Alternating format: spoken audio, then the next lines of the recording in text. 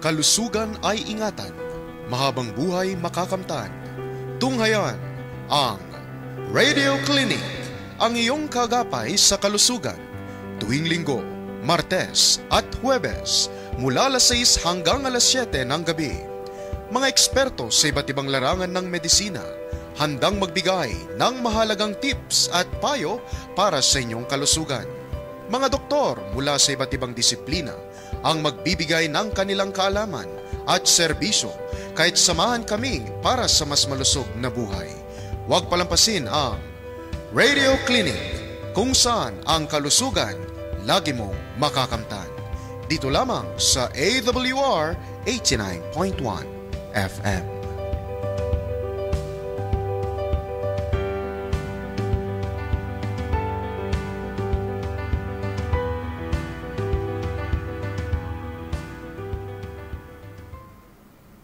Yan, magandang gabi po sa inyong lahat, sa atin pong mga tagapakinig sa oras na ito.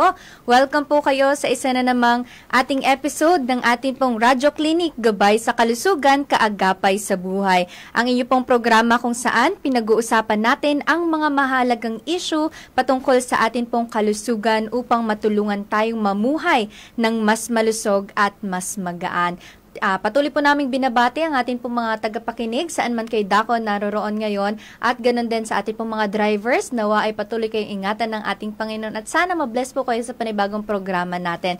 Ako po ang inyong kasama, Myra Jim Tanyado, at kasama po natin ngayon si Sir Ed. Sir Ed, kamusta ka naman po?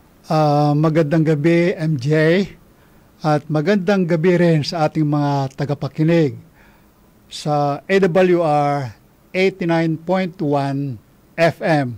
Ganon din sa Facebook Live and YouTube. Handa na ba kayong matuto at magkaroon ng mas malinaw na pag-unawa sa inyong kalusugan?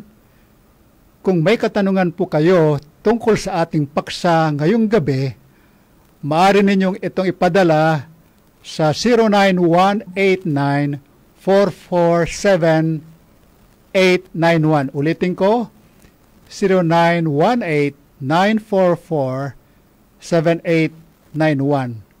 Huwag palampasin ang pagkakataon. Ito na ang pagpakonsulta sa ating eksperto dito mismo sa inyong Radio Clinic. Ayan, salamat po Sir Ed. At ngayon nga po, katulad po ng sinabi ni Sir Ed, huwag po kayong mag-atubiling i-text ang ating pong mga numbers or tumawag para po masagot namin ang inyong pong mga katanungan, lalong higit sa ating pong pag-uusapang topic maya-maya lamang. At ngayong gabi nga po, tatalakayin natin ang isang napapanahong usapin at talagang ito po ay madalas or karaniwang nararanasan ng ating pong mga tagapakinig, o di kaya naman ang ating pong mga tao dito sa atin pong Pilipinas. At ganun nga po, ang ating pong topic ngayon ay Filipinos at Diabetes. Ayan, pag-uusapan po natin yan. At para po talakayin ang topic na yan, makakasama po natin ang isang eksperto sa larangan ng medisina. Makakasama po natin si Dr. Jeanette May Quizon. Ayan po, siya po ay ngayon ay nasa Puerto Princesa and she practices internal medicine and a lifestyle medicine. Ayan, magandang gabi po sa inyo, Doc, and welcome po sa ating programang Radyo Clinic. Magandang gabi sa iyo, MJ and Sir Ed, at sa ating mga tagapakinig. Ayan, welcome po sa Dr. Jean. Ano po bang gusto niyong tawagin po namin sa inyo, Doc? Okay lang ako. Sabi ko nga, magkabaliktad lang pala naman tayo. MJ ka, di pwede na rin JM ako, di ba? Ayan, Doc Jan. Yung kalapit nga po. Ayan, so ngayon nga po atin pong pag-uusapan po ang atin pong topic na about sa diabetes. Pero bago po natin simulan, Doc, may nais ka po bang batiin na inyo pong mga friends o di kaya naman inyo pong mga loved ones, ang atin pong mga listeners sa gabing ito? Siyempre, shout out sa mga masugid na tagapakinig sa AWR. Salamat po na kayo po ay laging nakatune in dito sa istasyong ito, na sana po lahat tayo ay hindi lamang matuto ng kung ano ang mas ikakabuti ng ating kalusugan, kundi pangkalahatang kabutihan ng ating well-being po natin at ng ating kapamilya. At syempre po, pwede bang mangimbita sa mga Adventist Medical Evangelism Network members dyan. Malapit na po ang ating annual convention na gaganapin sa Iloilo. Hello po dyan. Sana po ay nakarehistro na po kayo. At syempre, sa lahat po ng mga kaibigan na nakikinig, hi po. Nawa ay tayong lahat ay nasa mabuti at malusog na kondisyon ngayon. Ayan, thank you, Doc. And ngayon nga po, sa pagpapatuloy po ng ating pong talakayan sa gabing ito, Doc, gaano po ba karaniwan ang diabetes sa mga Filipinos? Or talagang pangkaraniwan na po ba ito sa ating mga Pilipino? Actually, MJ, eto pala ay mula palang early 1950s, so hindi ka pa pinapanganak. Ay nakonsidera na ito na common medical condition sa Pilipinas. Kaya medyo hello, except for Filipino children, kasi noong kapanahon ng 1946 to 1966, ang nakita pa lang sa Philippine General Hospital ay limitado pa lang sa isang kaso ang na-report noong panahon yun sa mga kabataan. Pero sa nakakatanda, ay ito ay naging pangkaraniwan na pala. At ang nakakabahala dito, MJ, Sir Ed, at mga tagapakinig, ito ay naturingan na one of the fastest growing global health emergencies. Kung natakot tayo dati sa COVID, sana ay makinig tayo ngayon upang atin tong maiwasan. Kasi si COVID medyo mahirap maiwasan, di ba? Pero ito kasing diabetes, kaya ang tawag sa kanya, isa siya sa mga lifestyle diseases. So ibig sabihin, nakukuha natin siya sa hindi malusog na pamamaraan ng pamumuhay. Kaya maaari tayong makaiwas kung nanaisin natin. Kasi nalungkot ako na base sa 2019 Expanded National Nutrition Survey ng Department of Science and Technology, Food and Nutrition Research Institute, ay tumataginting na palang 7.8% ng general population ng mga Filipinos, o kung bibilangin natin yon, 4.3 million na ng Pilipinos ay merong mga diabetes. As of 2019 to 2025 na tayo ngayon. Hindi ko alam kung gaano to kabilis kasi ang project ay sa buong mundo magkakaroon ng 649 million of the population ay by 2030 ang may diabetes kung hindi natin babaguhin ang ating klase ng pamumuhay. At aabot ito ng 783 million by 2045. Kaya nga, ang sabi nila, one of the fastest growing global health emergencies. Parang, Doc, yung COVID po kasi talagang natakot tayo, pero dito hindi natin alam na yung diabetes pala talagang dapat din tayong matakot po, Doc. Kasi talagang grabe yung percentage po sa bawat Filipinos, talagang dapat din tayong maging aware. And because of that, Doc, pwede niyo po bang i-explain sa amin kung ano po ba yung diabetes para po mas malaman pa namin at mas maging aware din po ang mga listeners natin kung ano po ba talaga itong diabetes na ito?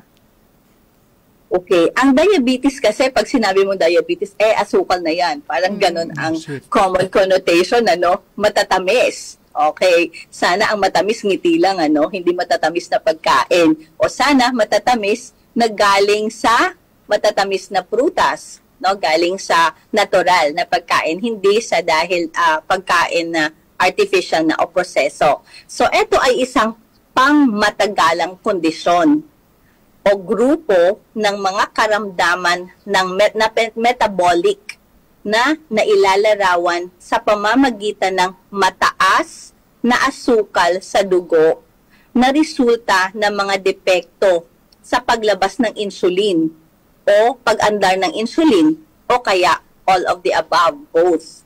Kaya, ang insulin, ano ba siya? So, naririnig lang natin lagi. Pag may diabetes, parang ang asawa nun, insulin, Ang insulin ay isang hormone na responsable sa pag-regulate ng mga asukal sa dugo. So, hindi naman bakit Yung kapitbahay ko, lakas namang kumain ng ice cream at tsokolate. Wala naman siyang diabetes, ba't ako meron? No, depende kasi yun sa production ng insulin sa ating katawan. Ito ay isang hormone na automatic lang na siya yung responsable na nagre-regulate sa mga kinakain nating asukal pag dumating na to sa dugo. At dahil dito, tumataas ang antas ng asukal sa dugo na maaring magdulot ng iba't ibang komplikasyon sa kalusugan. Ayan, Doc. Meron po ba itong iba't ibang klase ng uri o itong diabetes na to? Or in general, isang klase lang po ba itong diabetes na to? O nga. Salamat sa tanong na yan, MJ. Kasi dati parang sinabing diabetes, o tapos, di ba? Yun na yun. So, recently, 2024 lang to, yung American Diabetes Association na ina-adapt din ng Philippine Diabetes Association ay may 4 na uri na ng diabetes. Ang isa dito, yun yung common na naririnig natin. Hindi, actually, mas may common pang iba. Type 1 diabetes, type 2 diabetes, gestational diabetes, at ang pang-4 ay diabetes na sanhi ng ibang mga kondisyon. Sige, okay lang bang isa-isahin ko to, Sir Ed? Yes, Doc. Yeah, go ahead. Okay, para maintindihan nila ano bang diabetes meron ako, no? So, yung tinatawag pong type 1 diabetes, ito ay isang autoimmune na kondisyon. Ibig sabihin, nasa sarili na natin, nasa ating katawan, kung saan inaatake ng ating sariling panglaban ng immune system ang mga beta cells o isang parte ng cell, no, sa ating lapay ng pancreas na gumagawa ng insulin. Sila yung producing. Sila yung ang beta cells ang gumagawa ng insulin. So, ito ay inaatake ng ating sariling immune system. So, ito ay karaniwang nagsisimula sa kabataan at nangangailangan ito dahil ang inaatake ay ang tagagawa ng insulin. So, ang magiging gamutan ay insulin din. Kaya yun na naririnig natin o nakikita natin na nag-i-injection sila. At kalamitan ito ay panghabang buhay na insulin therapy. Yung pangalawa naman ay type 2 diabetes. Ito yung pangkaraniwang uri ng diabetes. Halos kalamitan ng mga naririnig natin. Ito yun. Ito ay nangyayari kapag ang katawan ay nagiging resistant sa insulin o hindi sapat ang produksyon ng insulin.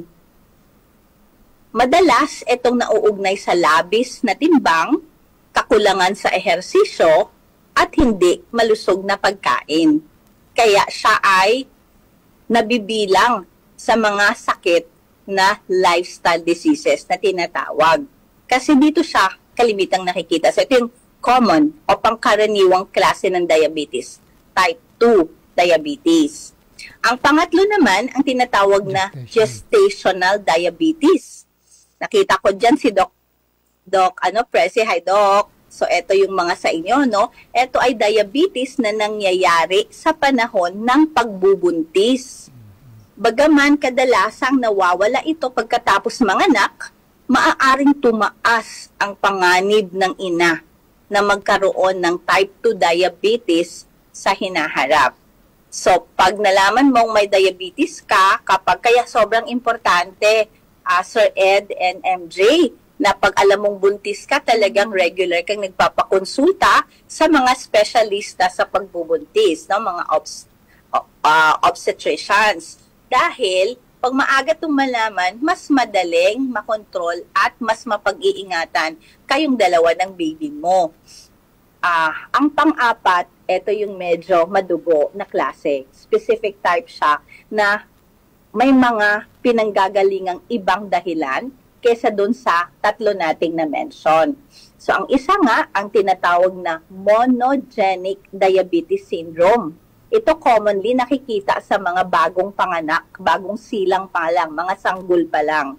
At ang pangalawa, may mga sakit sa lapay. Kasi naalala nyo na ang beta cell ay nasa lapay, na siya yung nagpuproduce sa kanya galing ang insulin. So, pag nagkakaroon ng pamamaga ng pancreas, isa sa mga sakit na maaaring panggalingan na nagkaroon ng diabetes ang isang tao. At ang isang mahirap maiwasan pero maaari naman, may iba na dahil drug or chemical induced diabetes. Ang common dito ay yung mga glucocorticoid na ginagamit sa paggamot ng mga pasyente na may HIV o kaya yung na-transplant ng may organ transplant na nangyayari upang matulungan na mas ma-accept sana yun ng katawan. Pero sabi na nga, lahat kasi may consequence, pag nangyayari yun. So, eto na yung 4 na klase, 4 na uri ng diabetes na nakikita ng mga nagsusuri o nag-aaral tungkol dito sa kapanahunan natin ngayon. Sana wala nang pang-5 na dumating. Well, yes, nalist sir, ko po dito yung 4 kinds of diabetic, At doon po sinabi nyo kanina sa type 2, ito ay karamihan in general nga. They are resistant to insulin. Nasabi nyo po kanina na usually ang mga tao nagkakaroon ng type 2 ay nagkaka-increase po sila ng weight. Hindi nga po ba? Pero paano po naman yung yung bumababa ang kanyang weight? They're experiencing weight loss. Apo. Okay. Yun po kasi yung mga sintomas na ng diabetes. Pag poorly controlled po ang asukal, naglulus po ng weight. Pero So that's good. Oo. Depende po kung anong stage yun. So kung ito ay una mo nakita yung pasyente na nangangayayat, kaya siya nagpakonsulta kasi nangangayayat siya, hindi niya pa alam na may diabetes siya. Bad po.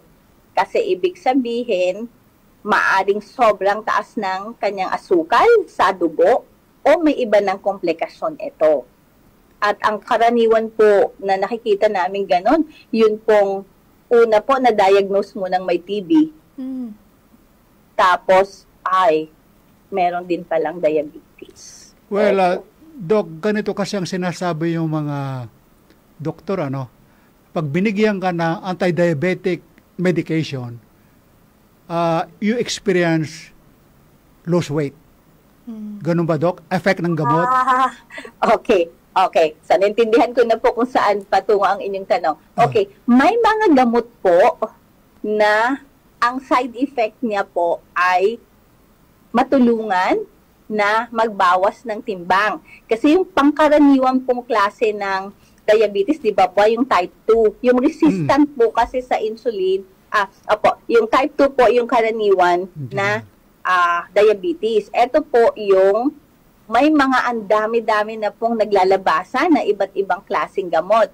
Meron pong ini-injection at meron pong tableta. So may mga specific po na tableta na ang common side effect niya ay mag-lose ng weight. Is that good? In some patients, yes. Okay. Unfortunately, hindi po kasi sa dikahon. So, case-to-case basis po. So, kung wala po siyang comorbid at very healthy po yung pag-lose niya ng weight, it could be beneficial for that patient po. Kalimitan po. Ayun, Doc. Pero hindi po namin ina-advise kasi may iba po na dahil nalaman nila yun at narinig nila yun na may ganito, ay sila ay nagpapa-reseta o bumibili na magamot na to upang gamitin sa pagpapapayat. Wag po hindi po yun, wala pa pong studies na talagang okay, gamitin mo lang siya sa pagpapapayat kahit wala kang diabetes. No po yun. Naalala ko, Doc, kasi nung time po na na-diagnose yung mother ko ng TB, kasabay din yung diagnose sa kanya na may diabetes naman siya. And super taas na daw po pala nung kanyang sugar. Sakto pong dinala rin namin siya sa hospital kasi nga ay nag-aan na rin po siya ng blood, nagka-cough na siya ng blood. So, at the same time, dun din po namin nalaman na may diabetes na din po pala yung mama ko. So, ngayon ko lang na-realize na ganun po pala, na pwede po pala yun na magkasabay sila. Ano po, Doc?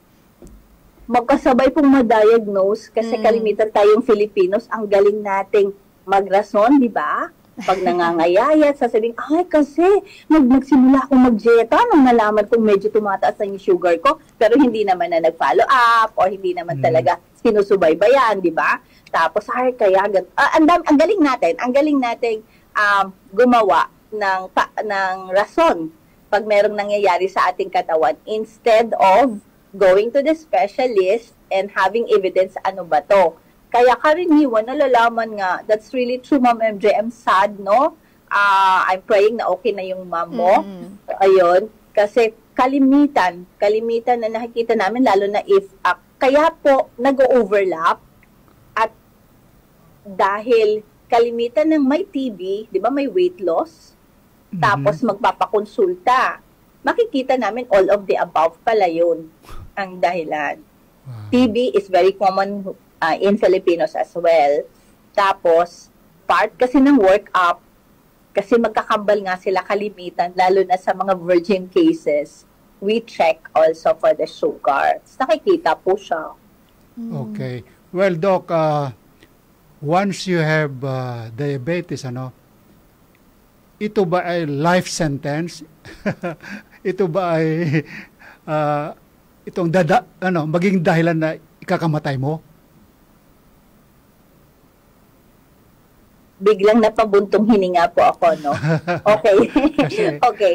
Sige, doon muna ako sa ito ba ay magiging dahilan na ikakamatay mo. It will depend po on how you will manage it. Kasi nga po, naalala nyo, ang sabi ko, ang common sa atin ay ang type 2 at ito ay lifestyle disease.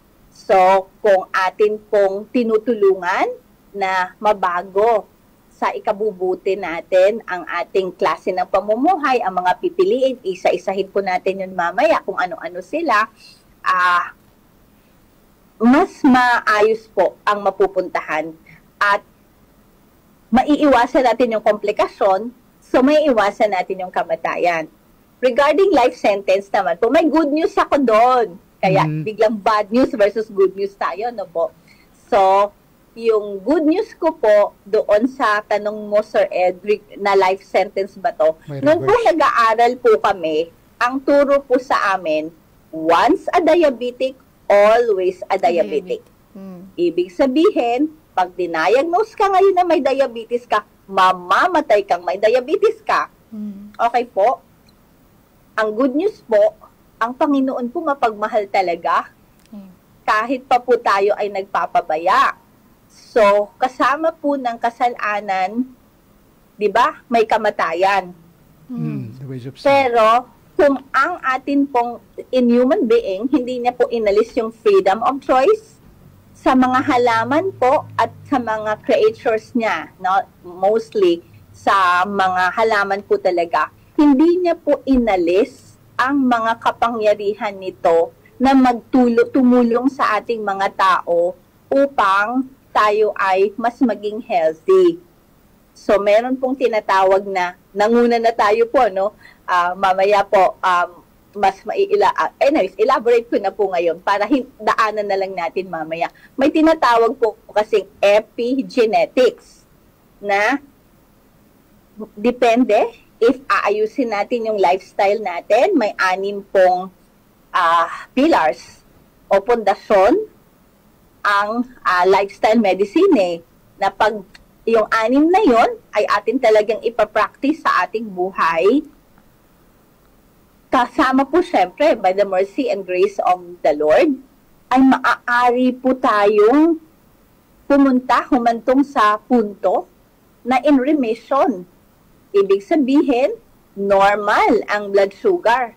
Aabot po sa puntong unti-unting binababa ng doktor ninyo ang inyong mga gamot at hanggang aabot po sa puntong wala ng gamot na ang inyong konsultasyon na lamang ay regular upang masiguradong you're on the right track at hindi ka lumihis na naman doon sa tama na sana na pamumuhay. Nainggit na naman yung dila pagdaan sa Dunkin Donuts. Diba? Nag-drive-thru na naman sa Jollibee. O, diba? Yun, na dati ay, wow, fresh vegetables and fruits lamang. Eto na naman tayo sa mga processed na pagkain. So, yun po yung good news ko. So, So tama po ba? Na-answer ko ba bang tama? Napakaganda, Hindi siya Doc. life Yeah. sentence. Opo, hindi po Napakaganda. siya life sentence. Pero tama po kayo, depending on the choices we make, it could lead us to death. Opo. Dapat talaga, Doc, iwasan na yung Dunkin Donuts na yan. Yeah. Ayan, Doc. Ibig sabihin po, nasa pagkain Wala po- talaga yan. Po, Sir Nasa Ed, pagkain po talaga yan. Yeah, you have to po discipline. Siya. Isa po siya sa ating tatalakayin mamaya kung paano pipiliin. Yeah, ibig sabihin, diabetes is reversible. Pwedeng may remission. May Opo. remission din. Ayan. Okay. Thank you so much, Doc.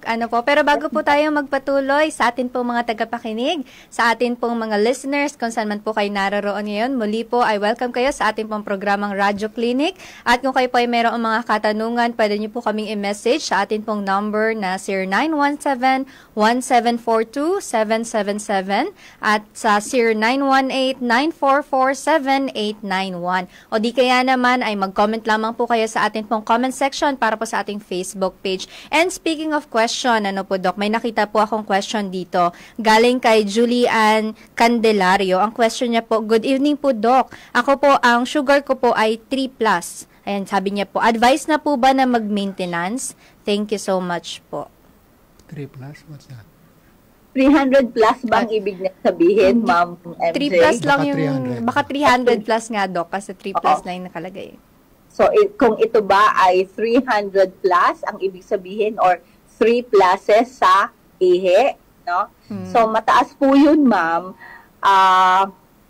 Definitely, you have to consult po kasi hindi po kasi dikahon ang aming paggamutan. Ito pa ay fitted sa maraming bagay sa patient. So, per patient po, individualized care po. But definitely, 300 is way high up po.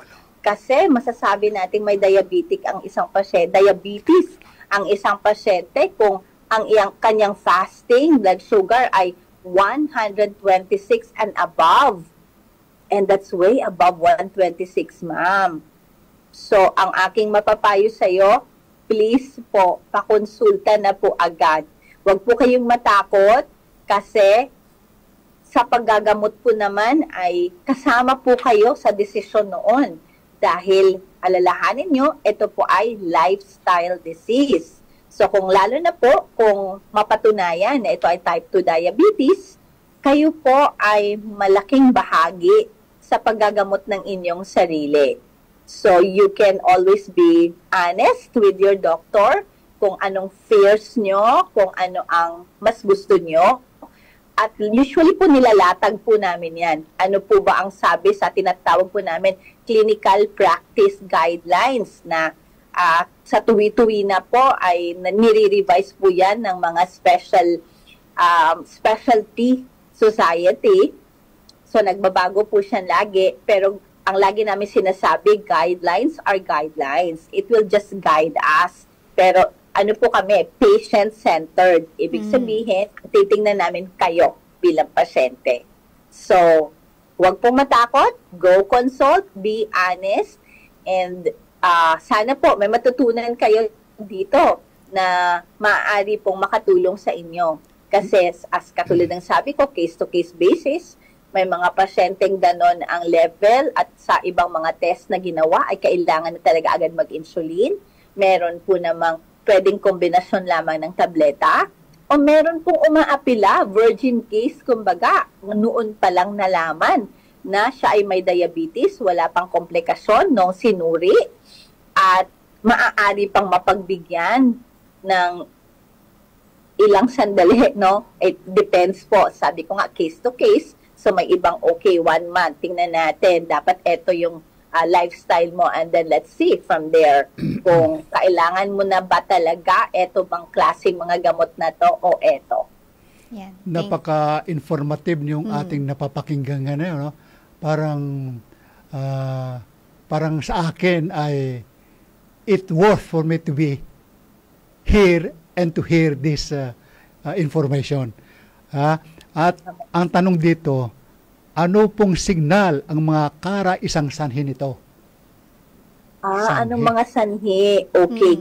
Ayun, multifactorial po ang pinanggagalingan ng diabetes dahil iba't ibang uri din nga po siya. So, multifactorial po.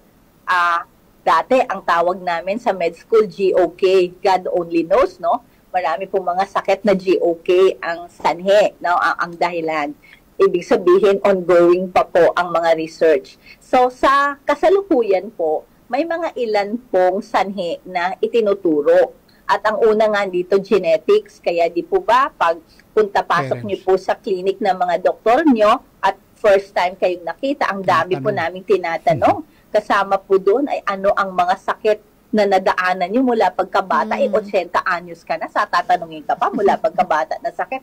Sobrang halaga po yun. At ano ang mga sakit ng inyong mga ninuno or inyong nanay, tatay, kapatid, uncle, auntie. Kasi nga po, isang sanhi ay genetics. Kung saan, halimbawa, may kasaysayan sa inyong pamilya ng diabetes o mas mataas po ang posibilidad na magkaroon ka nito.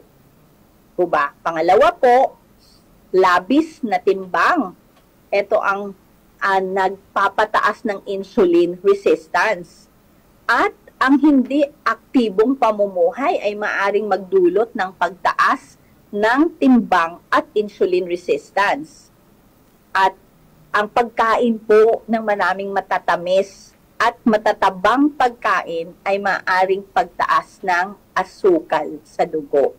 So yun po yung mga common na mga sanhi, mga pangkaraniwang sanhi po.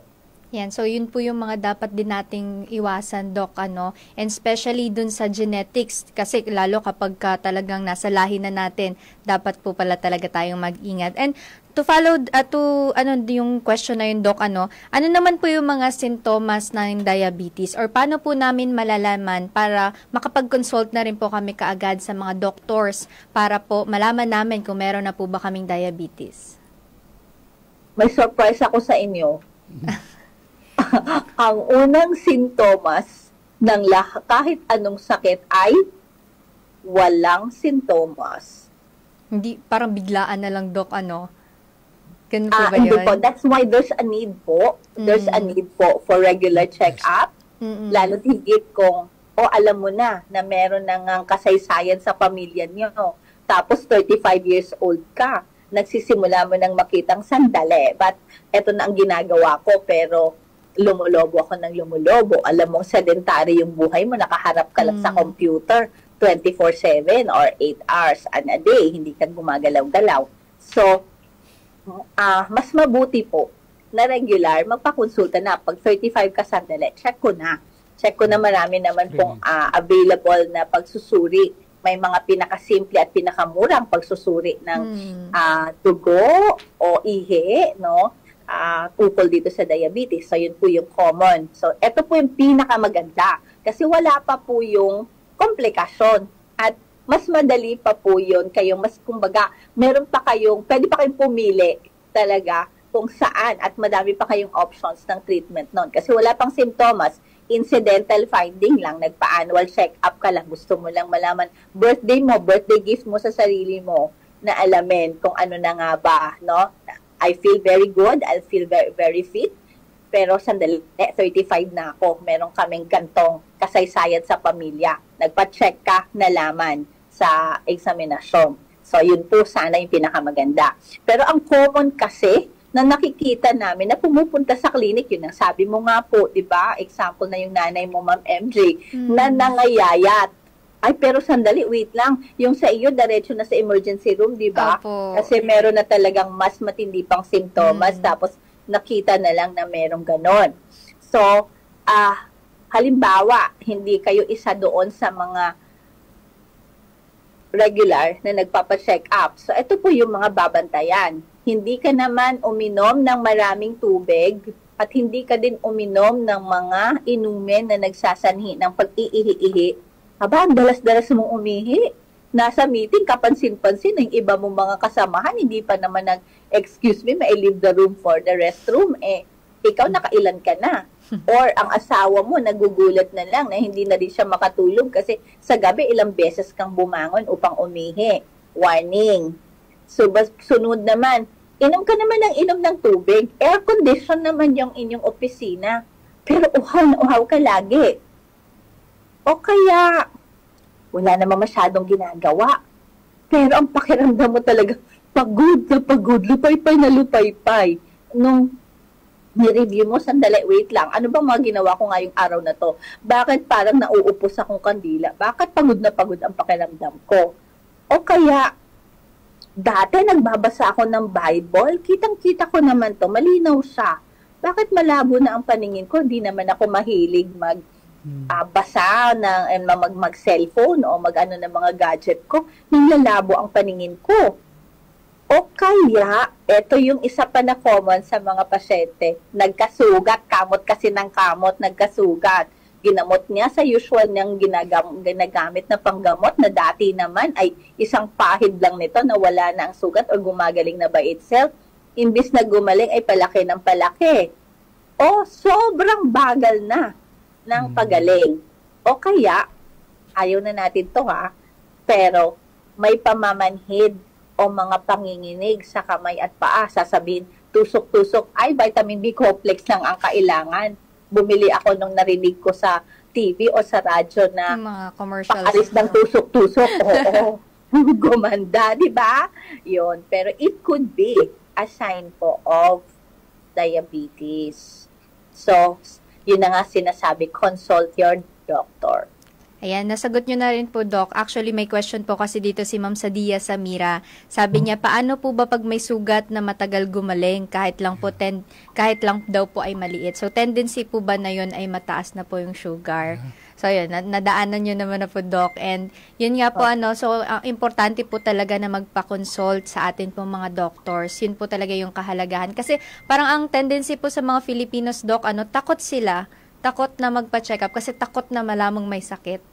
Pero yun po pala, dapat ay magpa-check up po pala para mas malaman pa natin and mas maagapan pa po, Doc, yung mga sakit na meron tayo. And ano po ba yung mga pwede or posibleng mangyari kapag binaliwala natin? Kasi nga po, maaring may mga senyalis na, may mga sintomas na, pero binabaliwala lang natin kasi natatakot nga tayo na malaman na may sakit na tayo. So ano po ba yung mga possible na mangyari kapag binaliwala po natin ito? Usually, Ma'am MJ, kasi di ba may imagine nyo, pag masyadong mataas yung asukal, masyadong malapot, parang yung gumagawa tayo ng arnibal. No, so the same is true ang nangyayari sa ating dugo. So, maaari itong magdulot ng pagbabara ng ugat at nagsasanhi ng atake di corazon o kaya commonly stroke. Yan. Sana wag na po yung yung mga nangingitim na mga paa at gangrena kasi isa po yun sa mga komplikasyon ng pagbabara sa ugat.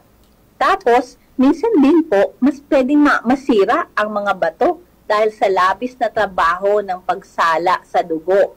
Kaya madaming nadadialysis. So, problema sa bato o sa kidney po. Tapos, eto naman yung iba, di ba?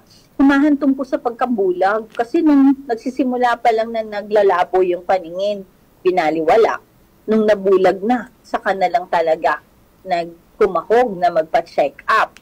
At kaya sobrang halaga kung may diabetes ka din, example, so number 1, kung may malabo pa lang na paningin, wala ka pang diabetes, sana nagpakonsulta na para hindi na humantong sa komplikasyon. Number 2 naman, kung ikaw ay nalaman na-diagnose ng may diabetes, wala kang simptomas sa mata mo. Sobrang halaga po na kahit na once a year man lang, ay bumisita po sa inyong ophthalmologist, a specialista po sa mata. Kasi meron pong gadget na tinitingnan po yung kaloob-looban upang ma-prevent po yung complication sa mata. So, yung po tinatawag naming diabetic retinopathy. At, yun na, yung kwento ko kanina, yung mabagal na paggaling ng sugat. At nagpapataas po ito ng panganib ng infeksyon. Kaya, di ba, yung sa TB nga po, mabagal din. Yung iba po, nauna na sanang nalamang may TB, nagamot na ng TB, kaso hindi po nasuri na meron din siyang diabetes. Nagtatakang bakit hindi ito nagaling na dapat ay ganito ay mas better na. Yun po. Ang mga common po ang mga pangkaraniwan lang po ito. Well, nasabi niyo po kanina kung walain mo yung mga simptomas na yan, maaari magkakaroon ka ng problema sa paningin, which is yung sinabi nyo kanina na ano yun, retina myeloma, parang something. Yeah. Diabetic retinopathy po, sir. Retinopathy. Diabetic retinopathy. Yung mga pati-pati po. Okay. At paano naman, Dok, kung binigyan ka ng reseta? Well, there are many kinds of medication. Like just say, isa lang yung may sasabi ko to, metformin. Sabi nila, huwag kang mag-take ng metformin dahil ito ay lalong magkakaproblema ka. Is it a good advice, Doc, na huwag kang talagang magte-take ng anti-diabetic o let's just say metformin specifically? Sige po. So, ulitin ko po no, na hindi dikahon ang aming paggamot at lagi po we always empower our patients to be part of the treatment. Kasi nga lifestyle disease siya. So, ang una pong step in the management is lifestyle change. Na po. So, ang pangalaw, actually, Sir Ed, si metformin po ay siyang pinakaunang one of the earliest na-discover na gamot para po sa diabetes. And actually po, it's the safest. Siya po ang first line of treatment namin kung nagre-reseta kami. Pero syempre po, kaya sinasabi ko po, di ba, hindi siya dikahon. Kasi sabi po sa clinical practice guidelines, lifestyle management muna. Pag hindi mag-work at a certain level, add metformin. So siya po ang first na nire-reseta, na nire-recommend. Bagamat ang dami pa pong iba ng mga kasunod. Kaya sabi ko po, talaga pong kumonsulta sa doktor dahil po hindi siya dikahon. What might work for the other might not work for you. Even if magkakambal po kayo, magkaiba po ang tanggap ng mga bagay-bagay, lalo na ng gamot sa ating katawan. So may mga kondisyon po na hindi namin i-recommend, hindi ko magiging unang idadagdag on top of lifestyle change ang metformin. Pero kalimitan po, number one, it's almost always, so it's not, kasi po lahat po ng gamot may side effect at lahat po ay may pwedeng very good ang tanggap sa katawan, meron namang hindi not so good ang tanggap ng katawan. So, yun po, number one. Number two po ay meron nga tayong freedom of choice. And your doctor will always lay it down. Well, babantayan lang po talaga. May iba pong kondisyon na wag itong si metformin. Pero it's not true po in all. Hindi po siya pwedeng ma-generalize po. Well, yung Doc, once na gusto mo talagang mag-lifestyle, ang dami po kasi yung mga associated dito para hindi mangyari ulit. Let's just say, huwag kang kakain ng matamis. Huwag kang kakain ng fruits na yellow ang kulay. Ano na lang ang substitute ito? Which is, sa commercial, ang dami din na ito ang dapat mong inumin. Instead na ganito, and so forth. There are a lot of them. Na it's very confusing.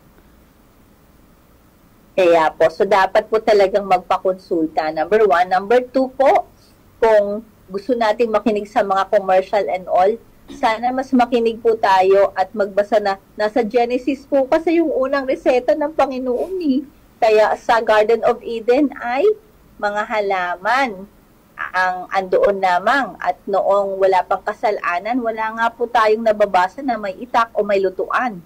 So ibig sabihin, the fresher the food, the better, the more processed we should avoid. Yan. Curious question lang, Doc, before po tayo mag-proceed sa last question po natin for this evening. Doc, kasi meron di bang insulin na halaman? So, pwede po bang maging alternate yon sa metformin or sa mga gamot? Or pwede pong parang maging part na lang ng life natin na kasi usually parang kinakagat po nila yung dahon na metformin, insulin. Ayan, Doc. Sige po. Patawarin mo ako, Ma'am MJ, ha? Pero syempre, ang nais ko pong ibahagi ay dapat evidence-based. Opo.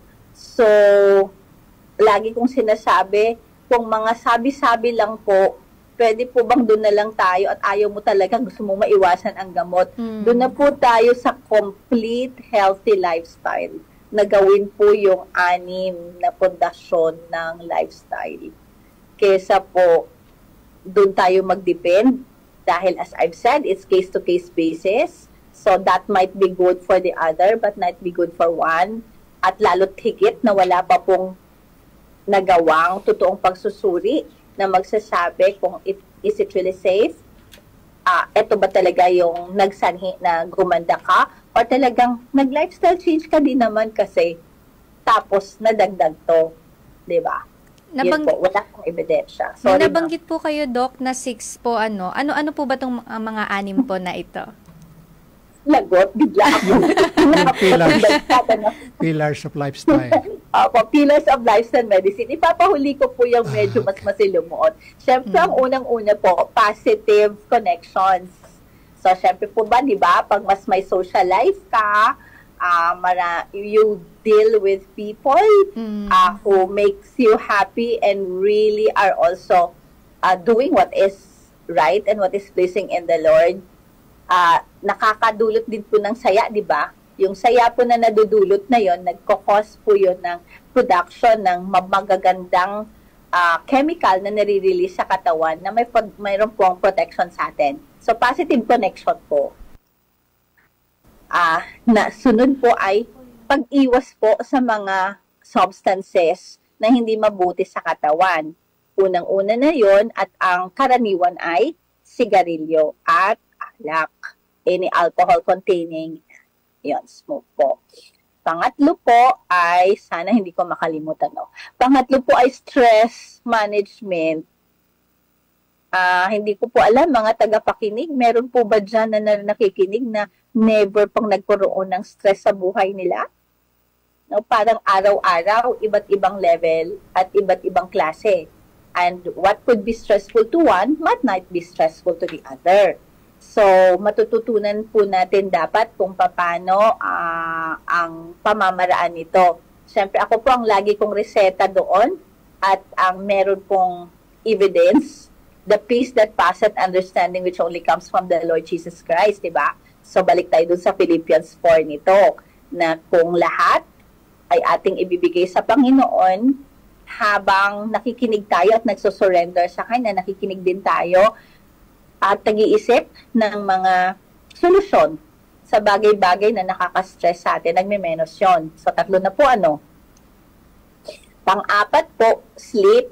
Ang alam ko po, natalakay na po ni Doc Linda yung sleep, kaya po siya tinalakay kasi binabaliwala natin, lalo na po sa age na yon, di ba? Kung kapanahunan po ng dati na wala pang kuryente o may kuryente man, walang masyadong gadget, talagang, di ba, pagdilim, kakain na ng hapunan o bago pa magdilim, para pagdilim ay mag-worship, bago magdilim, naka-worship na at matutulog na. Ang dami pong magandang benefits na mabibigay sa ating katawan yon. Ang mga tagapakinig, kung hindi niyo napakinggan, balikan niyo po yung lecture ni Doc Linda doon.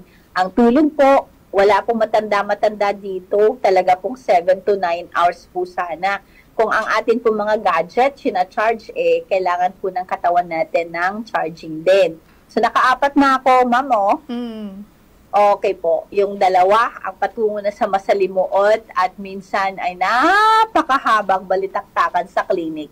Siyempre, exercise po. Laging sinasabi ng mga nanay, doktora, sa trabaho ko pa lang sa bahay. Grabe na ang pawis ko. Wala pang gising at chuchu-chuchu, di ba? Ang dami. So, physical activity versus exercise po yon.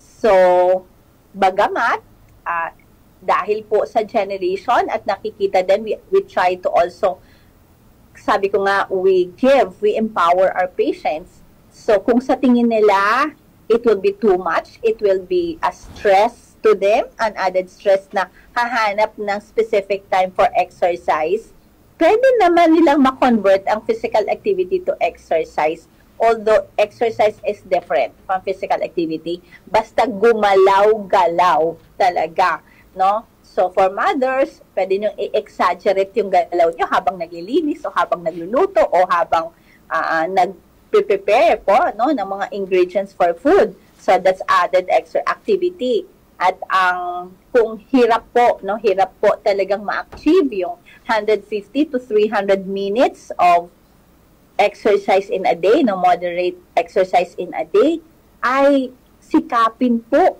na kung sedentary po yung ating mga trabaho.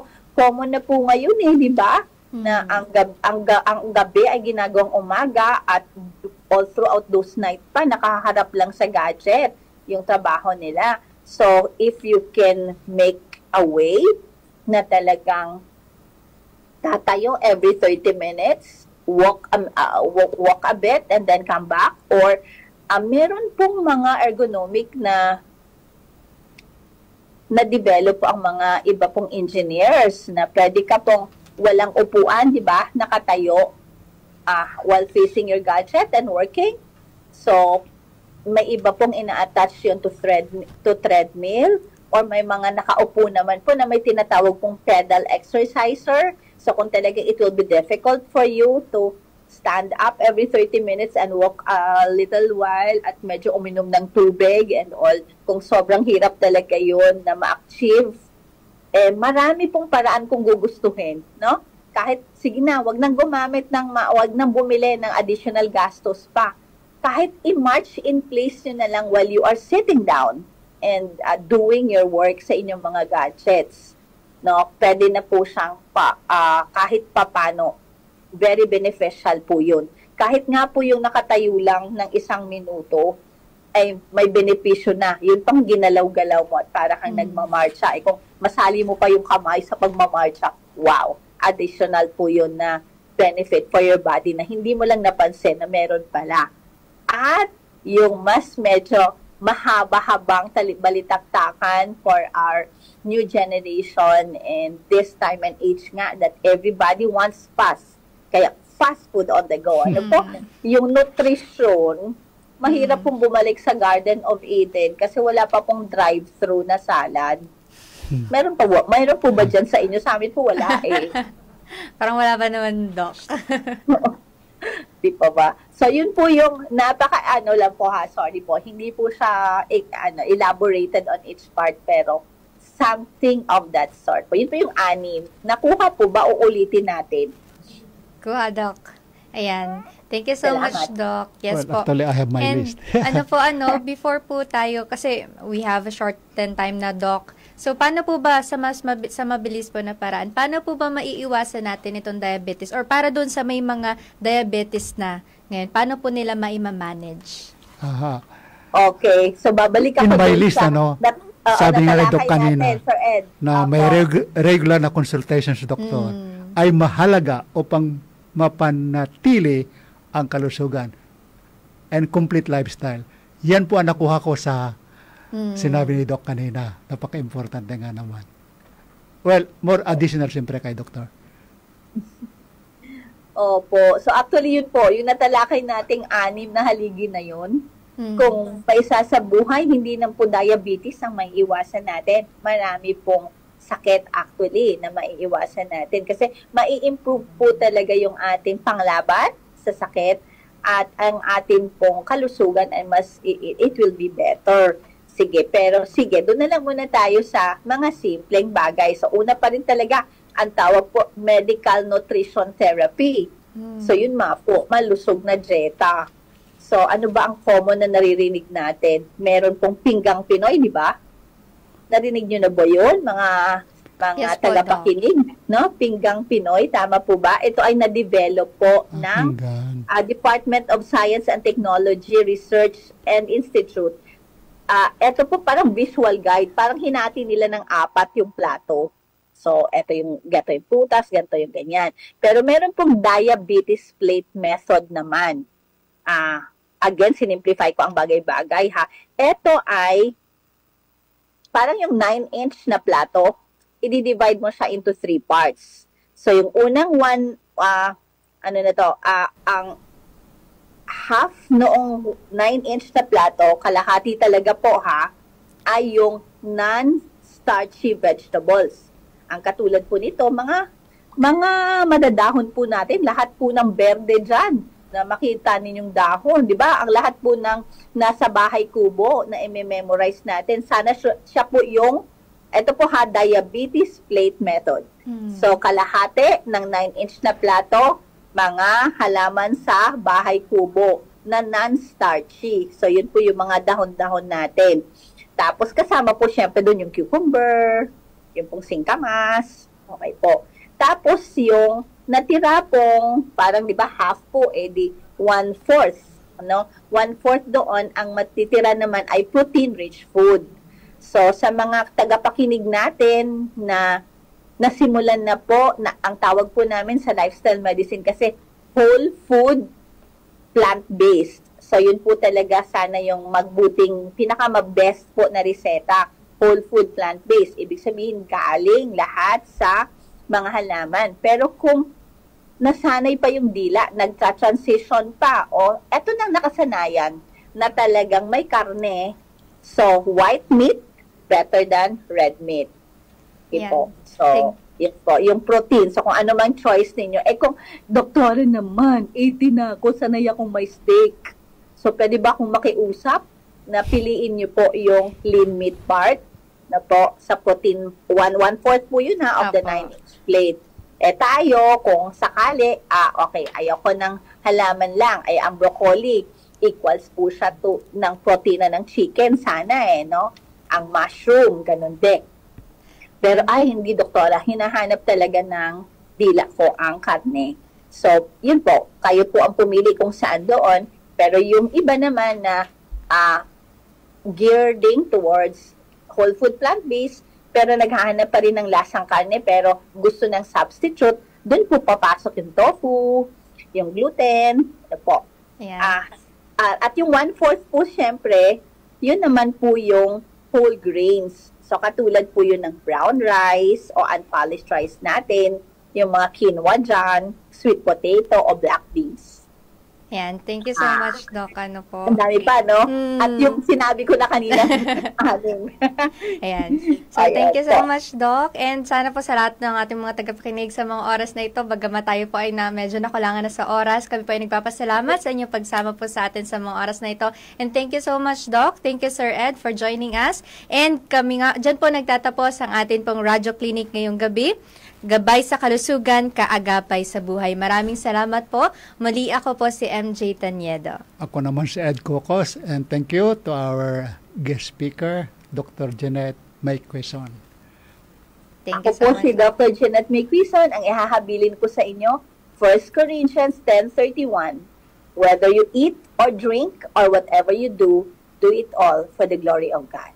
And you'll be healthy. Healthy Philippines!